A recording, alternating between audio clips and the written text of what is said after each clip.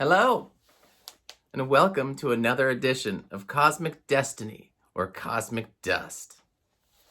I'm John Wagner, and I'm sharing some of the more odd and unexplainable and just strange experiences that I've had in my life because who knows? I might die tomorrow, and nobody would ever know all the cool stuff that's happened to me. So anyway, today I'm going to share about another one of my out-of-body experiences. And I'll just tell you how it went. I'm not sure when I saw this happen, but there's a magician. His name is David Blaine. And one time I was watching TV and I saw him. He was going to immerse himself in this big see-through globe of water and hold his breath on camera for 6 minutes. So one of the things that he did before going into the water was he did this thing called packing. I didn't know about this before, but evidently what packing is when you fill your lungs as much as you can, and then you actually swallow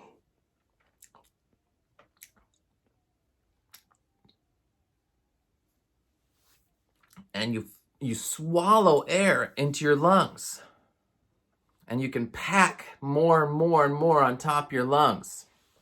So he was doing this thing, and I found out later it was called packing.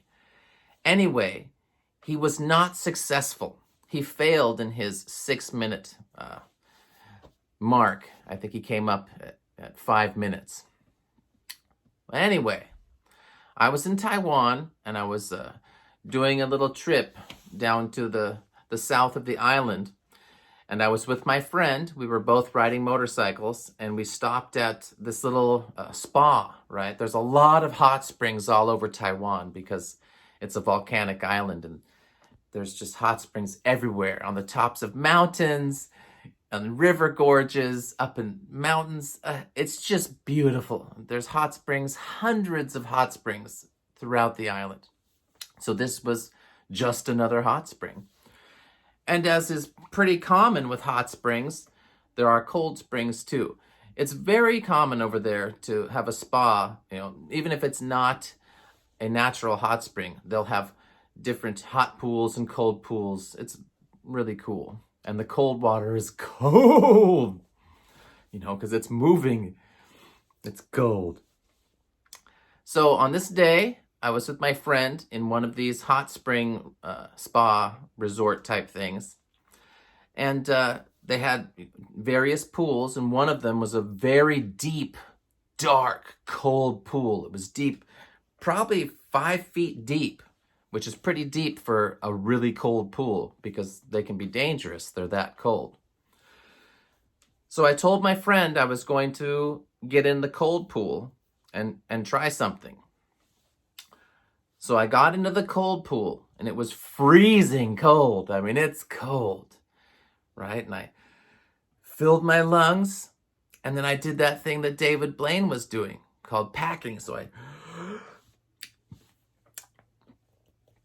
packed and packed, and then I forced myself into the water and just went down in a lotus stance and kind of held myself in the water using my buttocks and my back against this dark wooden, pool.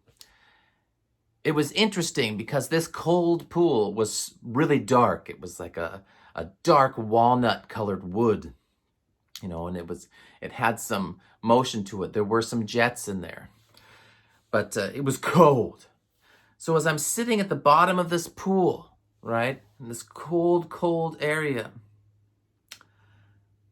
I felt my spirit, I felt myself exit to what felt like a square hole in the back of my head, right? I felt like I literally just came out of this hole in the back of my head, and I was sitting behind my body, right? This was the experience. This was the feeling that I had, that I was still sitting in a lotus stance, still sitting, right?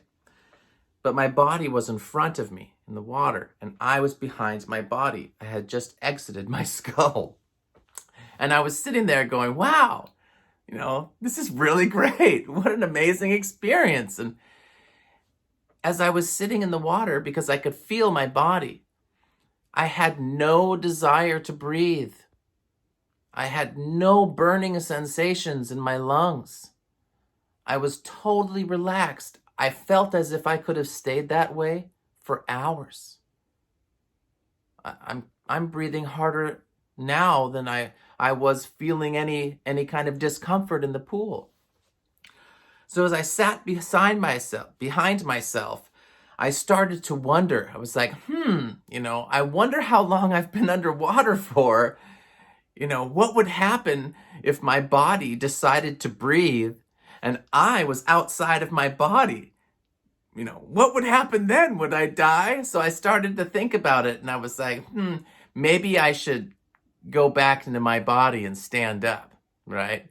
Because I just didn't know that if my spirit's being outside of my body, I didn't know how much control I had over my physical body.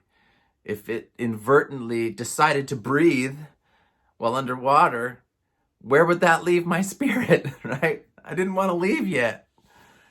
So I decided to stand up. Now remember, no feelings at all that I desired to breathe. I was totally relaxed, no burning sensations, nothing. I really honestly felt like I could have sat like that for hours. And so I stood up, I looked at the clock, and 6 minutes had gone by. Go figure. My buddy was there. He saw it. I guess it's a thing you can do. You can hold your breath for a long time. Maybe 6 minutes isn't that long. I haven't tried to do anything like that since. But I know it's possible to, hold your breath for a long time and slow your pulse rate so you don't have to use so much oxygen as you're metabolizing. Anyway, I just wanted to share that experience with you, this out-of-body experience. I wonder, how long I could have stayed underwater if I hadn't been scared about my body breathing and, maybe drowning myself, right? But my buddy was there. But, it was my own decision to stand up. So 6 minutes underwater, no problem. What can we do with that? So, why is slowing your pulse? I want to talk about this a little bit. Meditation and slowing your pulse and learning how to monitor your breath. Why is that important to, let's say, a martial artist like myself or warriors in the past? If you did receive a mortal wound, right, in battle, if you had a stab in an artery or you had a mortal wound that was really bad, the difference between survival and death is if you could be able to slow your heart rate down to a few beats a minute and reduce your need for oxygen consumption and basically put your body into a state of hibernation, not only could you last longer until help came, you could literally let your body heal while you're in a deep meditative state. So this practice for martial arts, one of the reasons that we practice meditation, it's not only for spiritual enlightenment, right? It's applicable to battlefield warfare like that. Being able to slow your pulse and slow down your bleeding and slow down all the other areas that use up oxygen. So anyway, it's an interesting part of my life, being able to say that I have left my body a couple times, right? Even though I really like this one I've got, I'm lucky to have it, but it's not what is my life. I do not identify myself by the meat sack. The person that you see before you is not me. I don't know what I really look like, but I don't look that bad. This guy. Anyway, thanks again. I'm really happy to be able to share some of these experiences with you. I hope you're all having a wonderful day, and try it yourself. Try holding your breath. Try the packing, swallowing air with your mouth and pack it on top your lungs and see how long you can go. Maybe you could have an interesting experience too. I love you all. I really do. And I hope that during these hard times that we can all just focus on each other and the human family, right? Because that's really what we are. We're a family of the same species. And if we don't all live together, at some point, we might all die together. So it's your choice. I personally would rather die with everybody than live alone. What a boring existence. Anyway, I love you all. Have a wonderful day. Bye-bye.